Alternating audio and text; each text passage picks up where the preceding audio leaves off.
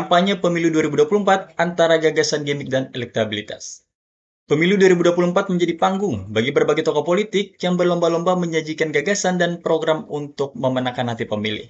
Namun, sejalan dengan itu, banyak juga yang mempertanyakan sejauh mana gagasan tersebut mampu menjadi solusi nyata bagi berbagai tantangan bangsa. Membahas tentang fenomena gimmick yang kerap mewarnai kampanye politik. Dari pawai motor besar hingga penampilan di berbagai acara hiburan.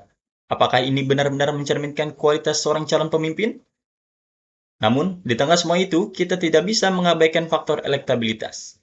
Bagaimana calon-calon tersebut membangun citra yang dapat menarik hati pemilih.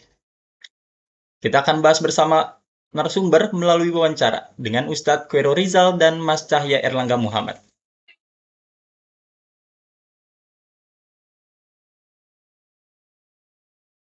Bahwa calon semuanya itu beragama Islam, ya kan?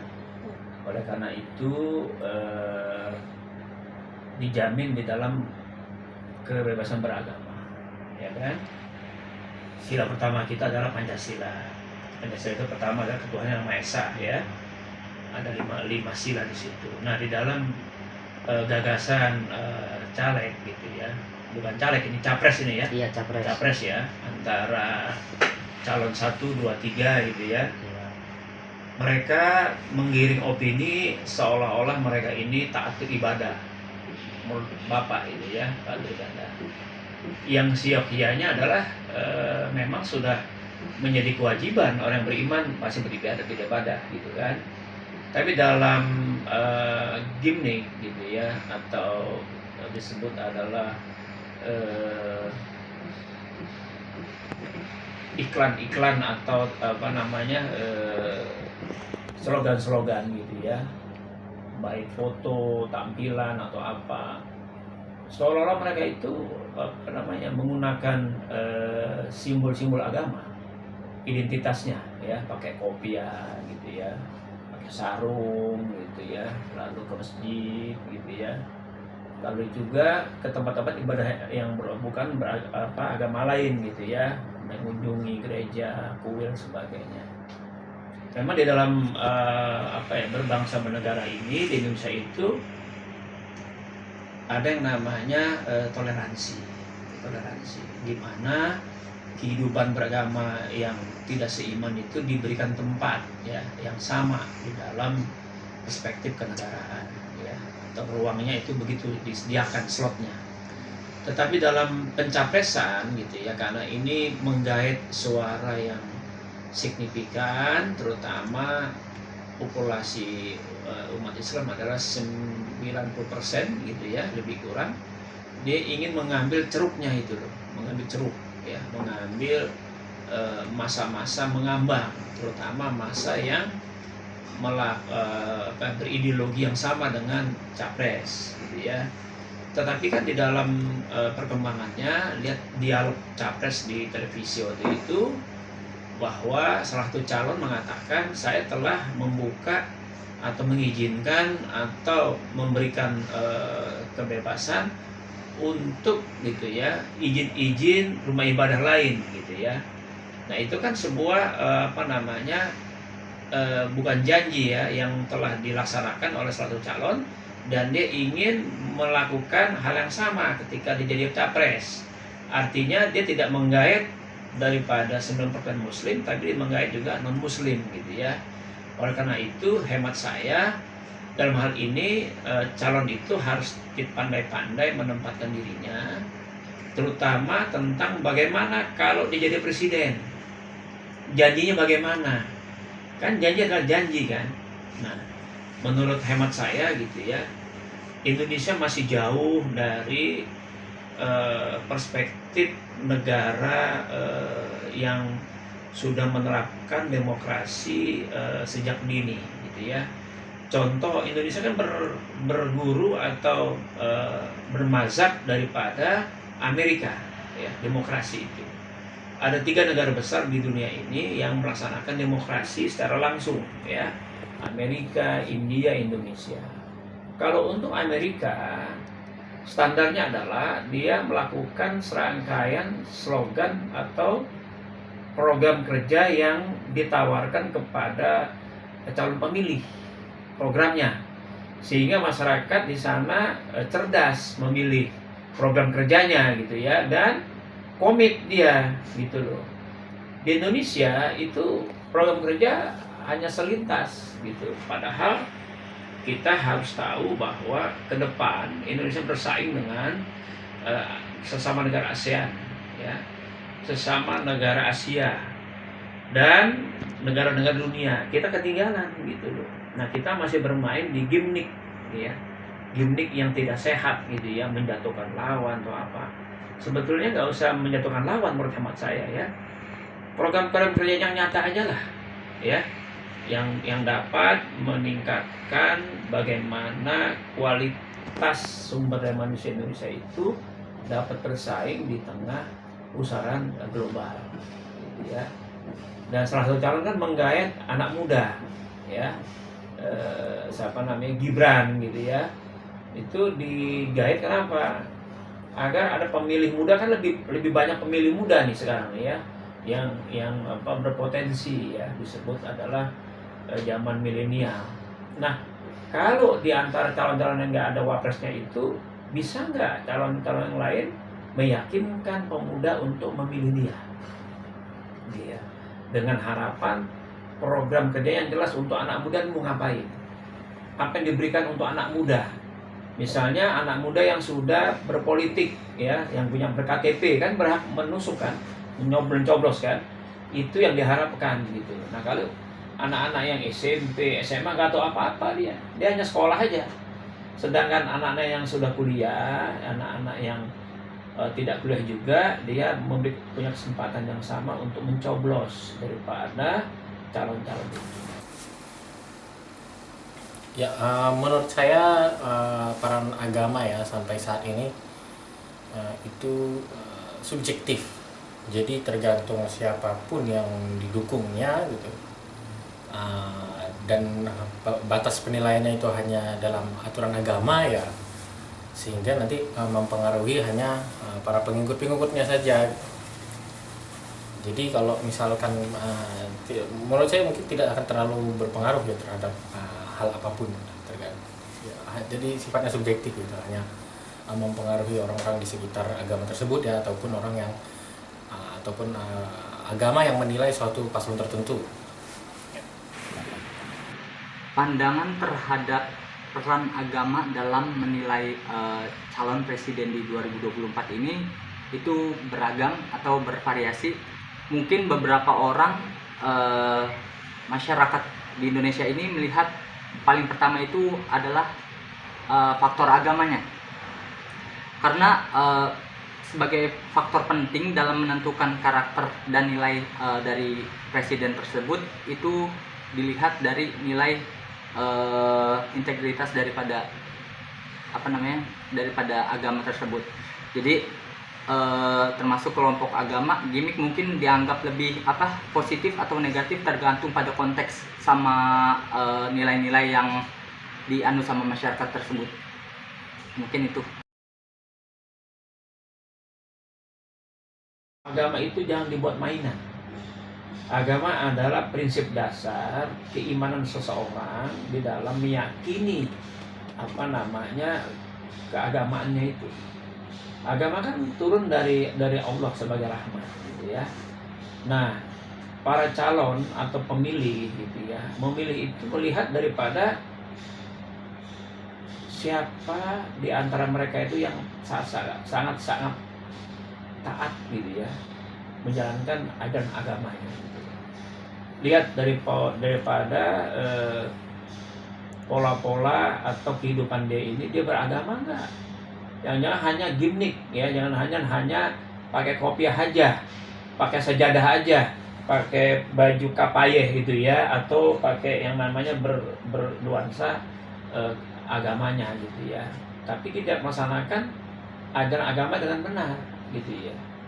Kalau menurut saya dalam perspektif agama Islam, ada ayat ya, surat Al-Kafirun gitu ya, di mana agamamu adalah agamamu, agamaku agamaku gitu kan. Aku tidak menyembah apa yang kamu sembah, dan aku juga tidak menyembah apa yang kamu sembah. Lakum dinukum waliyadin, artinya keyakinanmu sajalah, keyakinan kami. Jadi menurut hal ini tidak boleh membawa agama menjadi sebuah dogma yang negatif. Agama itu datang untuk memberikan rahmat bagi sekalian alam, ya, dari sudut pandang agama Islam, ya, gitu loh.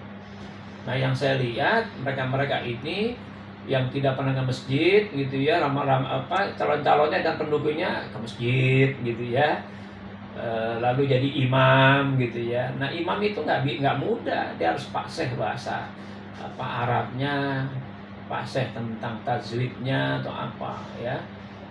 Kan boleh orang tua tidak pandai, gitu ya, tidak paham ya tentang tajwid, maka disilakan kepada makmum untuk memimpin sholat, ya, yang lebih menguasai. Kan dibolehkan anak muda mimpin, kan? Boleh, kan? Artinya di sini dalam hal beragama dan juga bernegara, kalau anak muda yang tadi dicalonkan oleh seseorang tadi itu, oleh pengusungnya, kalau mampu, why not, gitu ya. Jangan dipaksakan kalau nggak mampu, gitu loh. Karena masih banyak orang tua yang berumur, yang punya pengalaman, yang masih mampu memimpin negeri ini, gitu loh. Tapi kalau negeri ini mengkrisis kepemimpinan daripada leadership yang tua-tua sudah tidak mampu lagi, ya kan? Ya monggo yang muda, ya. Bung Karno kan dulu umur berapa memimpin negara? Ya, Muhammad Yamin, ya. Muhammad Hatta, Bung Tomo dulu, ya, dan tokoh-tokoh semua anak-anak muda, kan? Cuma anak muda yang dulu dengan sekarang beda-beda, gitu. Anak muda yang diharapkan ini adalah anak muda yang berproses bukan karena orang tuanya, ya kan? Ini kan salah satu cawapres kan anak presiden, ya kan? Seharusnya anak yang memang berprestasi dari mulai bangku kuliah sampai dengan dia posisinya yang sekarang itu tanpa bantuan orang tua. Gantung siapa yang harus melakukan aksi, ya. Kalau mungkin masyarakat gitu ya, diminta untuk menghindari hoax, ya, menghindari hoax, ya masyarakat harus pintar, ya, gimana lagi, gitu ya, harus bisa memilah berita gitu atau memilah informasi. Sebenarnya juga kan kita bisa mengetahui gitu kalau informasi itu sumbernya dari mana, udah jelas dari tampangnya, dari visualisasinya sudah jelas kalau itu informasi yang bisa dipercaya atau tidak, gitu. Kalau dari pemerintah, ya mungkin banyak hal yang bisa dilakukan, ya, termasuk juga upaya untuk, ya, menaklukkan berita-berita tersebut, ya, memberikan hukum yang jelas, dan banyaklah upayanya sebenarnya kalau pemerintah. Tapi kita tidak bisa berpatok pada aturan, ya, tidak bisa berpatok pada apapun yang usaha atau upaya yang dilakukan pemerintah atau dilakukan orang-orang yang memiliki kewenangan, gitu. Tetap untuk menghindari hoax itu harus dari diri sendiri sih, gitu. Untuk menghindari penyebaran hoax yang berkaitan dengan agama di kampanye pemilu 2024 ini ada beberapa langkah. Salah satunya itu melakukan verifikasi informasi. Sebelum menyebarkan informasi itu pastikan untuk memverifikasi kebenarannya, ditanyakan dulu. Jangan terburu-buru menyebarkan berita tanpa informasi yang lebih jelas. Baik.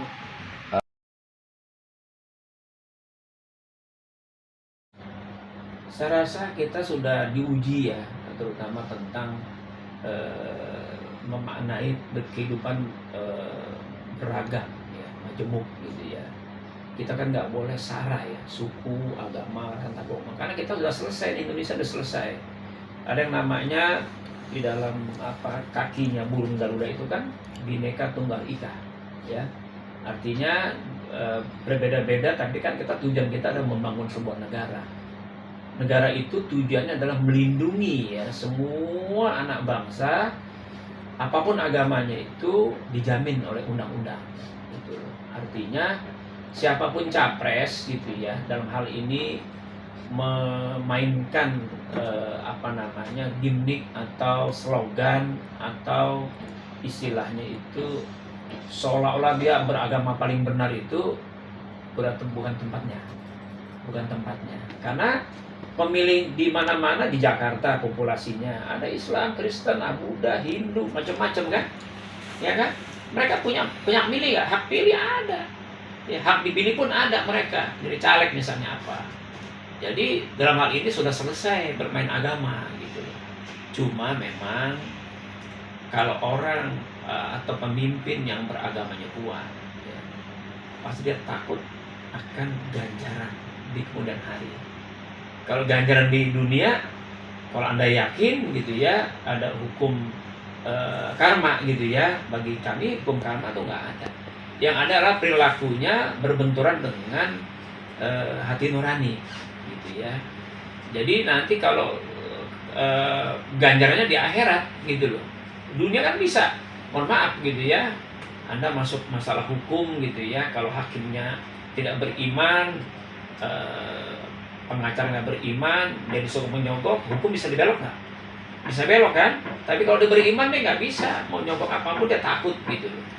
Nah, pilihlah pemimpin yang memang agamanya kuat, yang memang dia punya teladan gitu ya di dalam kepemimpinannya dan memberikan contoh yang baik. Track recordnya dia pernah korupsi enggak? Dia pernah menyelewengkan uang rakyat enggak? Dia pernah janji-janji muluk enggak? Kalau janji muluk enggak pernah dilaksanakan, tinggalkan, pilih yang benar-benar. Menurut saya gagasan yang berbasis agama ya, mungkin bisa dibilang dalam kata lain seperti itu, tidak bisa lah harusnya diterima oleh segala kalangan masyarakat. Tapi kita perlu tahu ya, kalau kita berbicara di negara ini ya, kalau seandainya satu agama ya, dilakukan pendekatan terhadap satu agama gitu, ya udah Anda mungkin bisa menang. Jadi ya mungkin akan sangat berpengaruh juga gitu. Walaupun kalau pertanyaan tidak bisa diterima oleh semua kalangan masyarakat itu sudah pasti. Karena mungkin juga ada satu kebijakan-kebijakan yang dicanangkan oleh satu paslon ya. Itu kan ada juga yang hanya menguntungkan umat agama-agama tertentu saja, dan memang targetnya untuk itu. Jadi itu sudah pasti tidak bisa diterima oleh semua kalangan masyarakat. Melakukan keadilan, program yang berbasis agama, terus transparansi, lebih terbuka, lebih jelas mengenai implementasi program serta dampaknya itu apa. Mungkin ya itu dua contoh. Baik.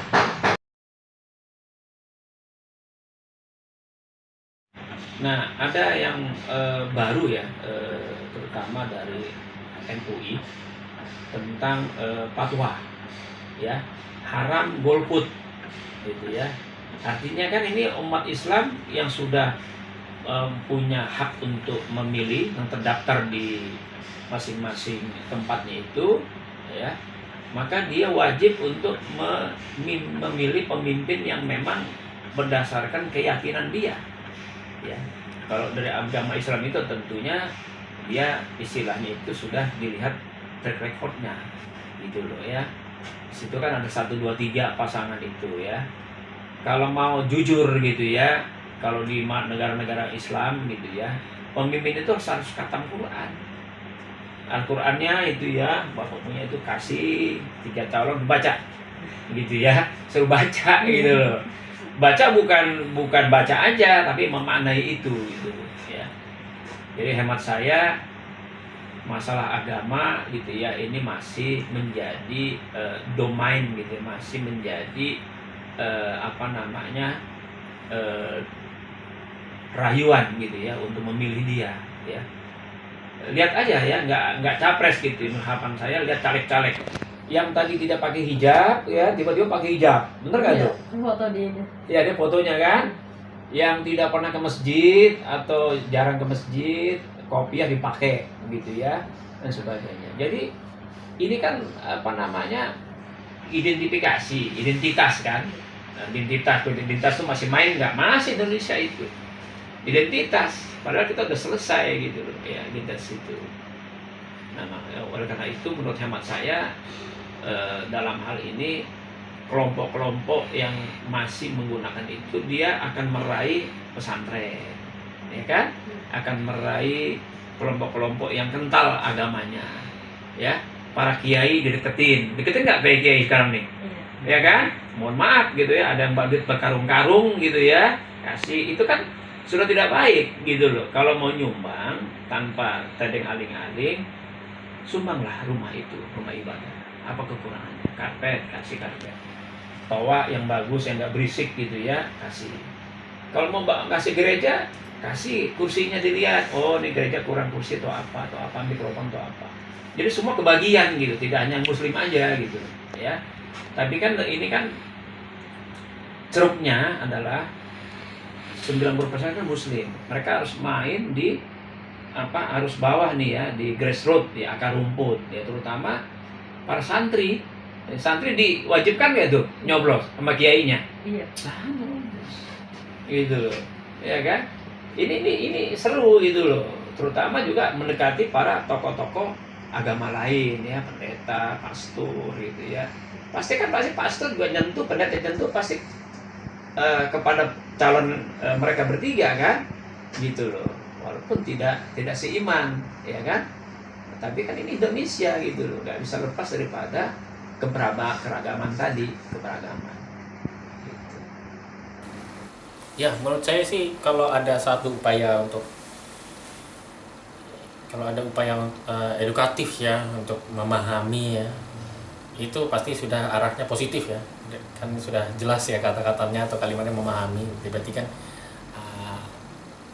subjeknya adalah orang yang belum paham ya, itu sudah pasti positif bagaimanapun caranya gitu ya. Maupun itu untuk umat Islam ya, ataupun agama lain, itu pasti saya sangat mendukung dan itu perlu dilakukan. Mungkin salah satunya ya dengan melakukan pendidikan politik, yaitu meningkatkan pemahaman tentang konsep-konsep atau prinsip-prinsip demokrasi, terus sistem politik dan serta hak kewajiban negara ini. Terus juga melakukan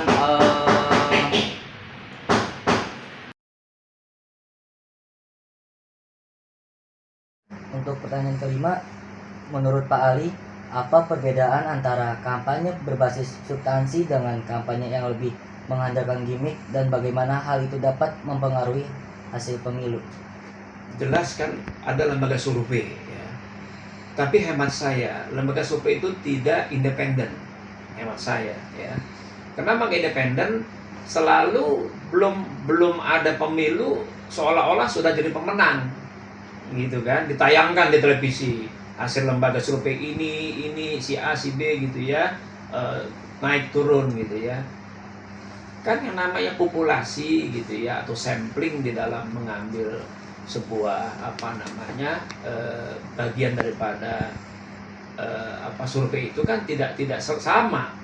Dia ngambil survei di mana? Dia ngambil survei di pesantren, ya kan? Dia udah milih yang namanya jagoannya ini gitu ya, pasti menang dia di lembaga survei apapun gitu ya. Tapi kalau dia populasi atau samplingnya diambil dari tempat-tempat yang tidak diharapkan gitu ya, ya pasti itu dia berpopulasi, dia punya perolehan angka itu loh ya, nomor 1, 2, 3 kan, selalu kalah terus kan ya. Selalu ada yang nomor 1 Amin kalah terus. Ini Prabowo sama Ganjar naik turun gitu kan. Nah, kemarin ada bentrokan kan di daerah mana itu, Pati kalau nggak salah ya, antara kelompok PSI dengan PDIP. Ini kan sudah mulai nih masuk ke dalam menyenggol yang namanya SARA gitu ya. Ini bahaya gitu loh. Bahaya kenapa? Bisa konflik horizontal, ya kan? Bisa memakan nyawa orang gitu ya. Karena mohon maaf, orang kalau sudah fanatisme terhadap pilihannya, mau dikasih apapun dia milih dia gitu loh. Fanatisme kan. Cuma kalau orang yang anak muda yang punya wawasan ke depan, oh iya ya, 5 tahun lalu saya milih partai A, partai B, tapi dia bohongin rakyat gitu ya. Kalau orang yang cerdas, pindah nggak dia? Pindah kan? Jadi fanatisme itu tidak bisa menjadi fanatik gitu ya kalau berbenturan dengan yang namanya kepentingan rakyat gitu loh. Hemat saya dalam hal ini, ketiga calon itu harus bermain bukan slogan, bukan gimmick, tapi yang tadi substansinya adalah berbuat apa untuk rakyat.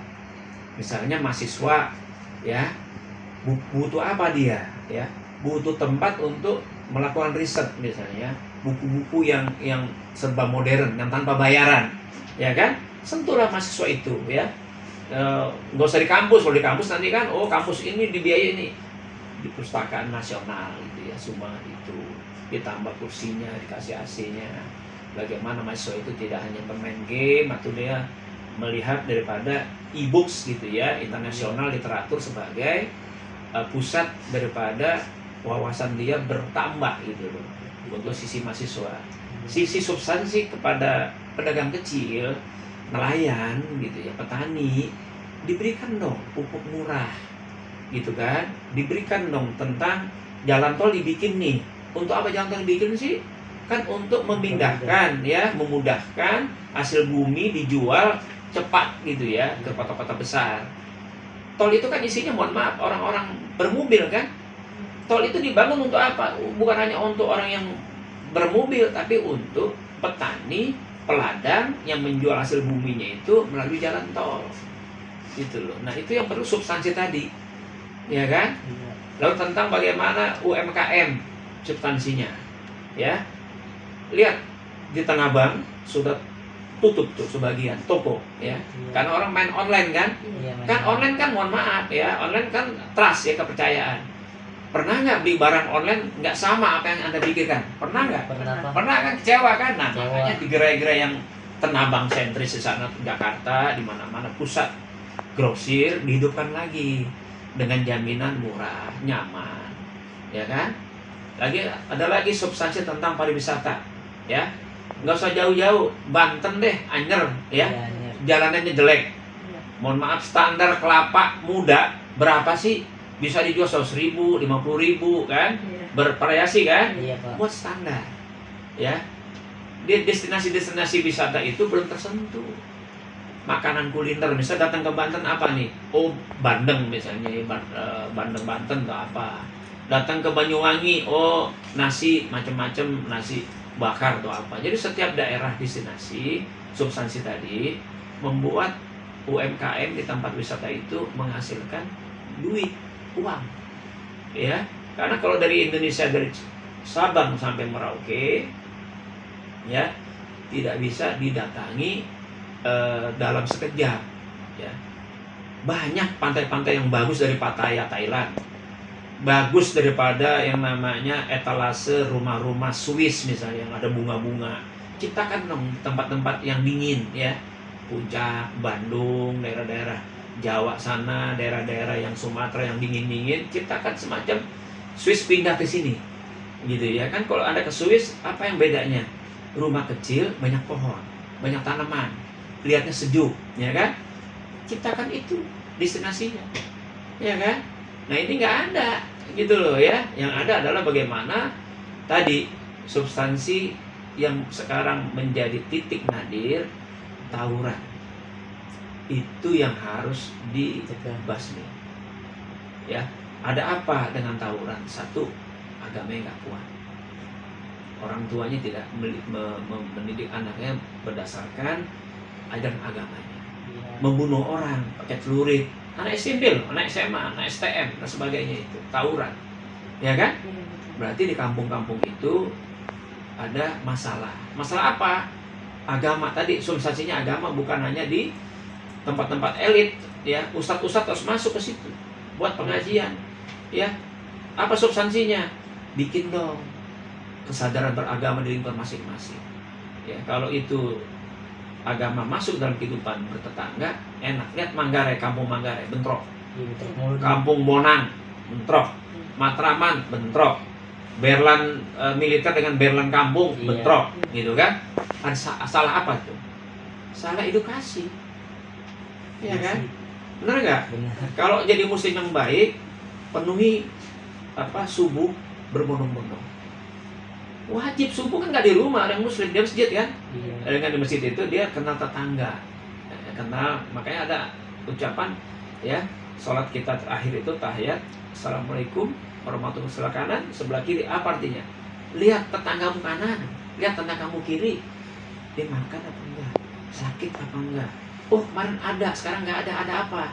Sakit, tengokin. Nah, hal-hal begitu kan membuat perasaan orang jadi rapat kan, akrab kan, Erat. bener nggak? Iya. Bawa dong makanan, kan RT punya kas kan, RW kan, belikan makanan atau buah, sentuhlah. Nah, substansi presiden itu belum sampai ke situ, ya kan? Nah, hanya jargon-jargon apa namanya yang tidak bisa dijangkau oleh rakyat. Benar nggak itu sekarang tawuran di mana-mana?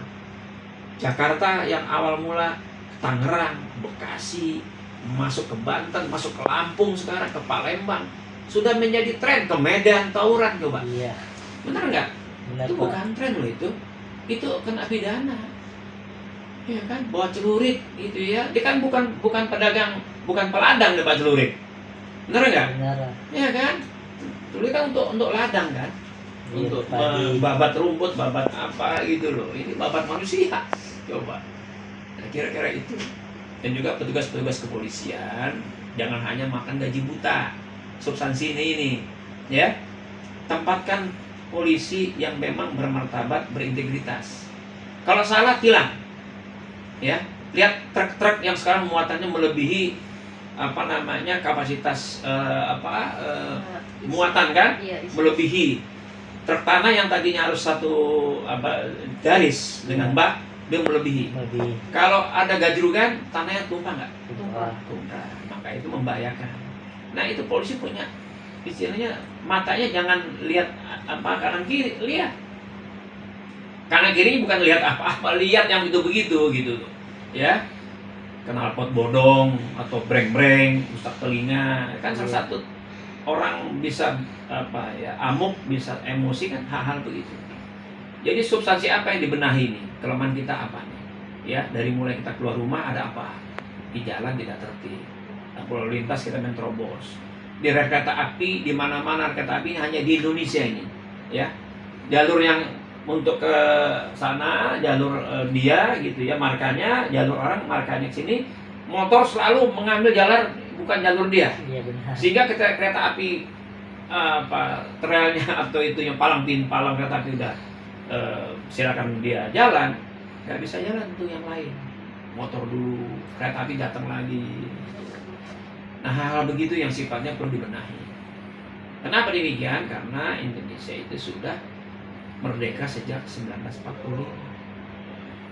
ya, kalah dengan Cina, kalah dengan negara tetangga gitu, ya. Kira-kira itu substansinya yang benar-benar kena deh. Apalagi repot. Baik Pak, terima kasih atas wawancara hari ini. Semoga yang disampaikan menjadi ilmu yang bermanfaat bagi kita semua. Satu lagi ya, cara berkomunikasi. Mas jangan komunikasi sebar tuh di mana-mana. Bagaimana dia mengedukasi, berkomunikasi yang tidak menyinggung orang, yang tidak orang cepat naik darah, ya, komunikasi yang santun, gitu ya, tidak menggurui, tapi dia memberi contoh, gitu. Nah, tugasnya adalah Anda nih, calon-calon sarjana komunikasi, memberikan edukasi, gitu, ya kan? Ya kan banyak nih sarjana-sarjana teknik, ya, hukum, ya, biologi, kedokteran, tidak bisa komunikasi dengan pasien, sehingga terjadi salah, disebut malpraktek. Yang hukum misalnya, pengacara bilang begini, kliennya nggak ngerti, polisi bilang begini, pada saat diperiksa polisi nggak ngerti apa yang ditanyakan, ya kan? Saat di sidang pun sama. Jadi perlu yang namanya edukasi komunikasi kepada masyarakat penyelenggara negara, ya. Nggak ada cara beretika berkomunikasi, ya. Maka tempatkan yang namanya komunikasi menjadi prasyarat orang untuk keluar rumah sudah nggak siap berkomunikasi. Kalau enggak terjadi tadi tawuran, amuk massa, salah paham, benar nggak? Benar Pak. Ya kan? Nah, Sama juga perbankan juga sama, salah perbankan. Kan orang bank sekarang kan komunikasi pinter-pinter kan? iya Nah, udah masuk nggak boleh keluar lagi. benar. Ya kan, artinya duitnya jangan sampai ke bank lain gitu loh ya. Iya. Itu ahli komunikasi. Ya kalau berbasis substansi sih sudah jelas, bahkan mungkin sudah jelas kan ya subjeknya, ya, substansinya siapa. Tetapi kalau saya melihat perpolitikan di Indonesia itu mungkin belum tentu bisa membawa kemenangan gitu. Makanya banyak muncul gimmick-gimmick ya gimmick-gimmick ya atau penyebaran hoax itu mungkin termasuk gimmick. Gimmick kan juga dikatakan gimmick setelah masyarakat tahu bahwa itu adalah gimmick. Kalaupun itu dikatakan, itu tidak bisa misalnya dikatakan oleh suatu paslon atau suatu orang, itu tidak dikatakan gimmick kalau itu memang belum terbukti sebuah gimmick gitu, kalau Anda paham maksud saya.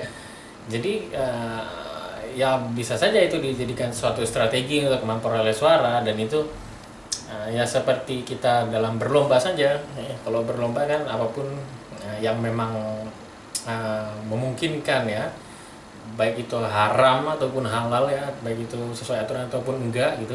Bahkan kan ada hal-hal yang bisa dikatakan sebenarnya tidak menjadi masalah ya. Mungkin gimmick ini banyak tidak hanya pilpres ya, maksudnya caleg gitu ya, dia mengatakan melakukan banyak hal yang gimmick ya, itu ya belum tentu juga dia bisa dikatakan adalah orang yang tidak baik gitu kan. Bisa saja gimmick itu membawa keberuntungan misalnya, atau membawa keuntungan atau membawa manfaat, itu tidak jadi masalah sebenarnya gitu. Cuman ya yang jadi masalah kan ketika ya mereka terpilih lalu akibat gimmick tersebut lalu mereka tidak melaksanakan kembali gimmick tersebut, sehingga itu bisa dikatakan gimmick. Gimmick itu kalau menurut saya tidak bisa dikatakan gimmick selagi dia belum terpilih, karena seandainya pun dia terpilih berarti gimmicknya berhasil ya. Dan kita tahu bahwa itu adalah gimmick karena setelahnya itu tidak dilakukan. Begitu sih kalau menurut saya. Adapun kampanye yang berbasis substansi ini menekan pada pemahaman dan komunikasi program visi serta gagasan, ibaratnya itu memakai data lah, secara langsung memakai data. Adapun kampanye yang lebih mengandalkan gimmick itu cenderung fokus pada elemen-elemen yang menarik perhatian seperti penampilan visual atau yang lain sebagainya. Dan untuk perbedaan tersebut itu dapat mempengaruhi pemilu. Untuk yang pertama yaitu ketidakjelasan posisi dan rencana, terus respon emosional dengan rasional. Jadi yang yang rasional yang masuk akal itu berbalik arah dengan respon yang emosional. Jadi antara masuk akal dan tidak masuk akal. Jadi menurut hemat kami, tujuan gimmick adalah untuk membangun relasi antara si pemilik gimmick dengan publik. Gimmick dibuat agar orang dengan cepat terkesan dan menyukai. Bila sudah menyukai dalam konteks pemilu, langkah berikutnya adalah berharap publik memilih dirinya. Yang perlu didorong adalah bagaimana masyarakat mendapatkan informasi komprehensif terkait pemilu ini. Karena untuk meningkatkan partisipasi perlu adanya transparansi. Jadi harus setransparan mungkin informasi yang dibuka. Namun, bila ada gimmick-gimmick beredar di luar dari para pendukung, itu adalah sebuah dinamika yang berkembang yang tidak bisa kita larang. Jadi, yang namanya gimmick atau citra itu kan lengkap. Masyarakat tidak akan menyukai gimmicknya ya kalau orangnya atau gagasannya tidak disukai. Selanjutnya, dalam berpolitik, berdiskusi atau berbantah-bantah dalam berargumen adalah hal biasa. Justru bila tidak ada adu argumen atau diam saja, itu namanya bukan politik.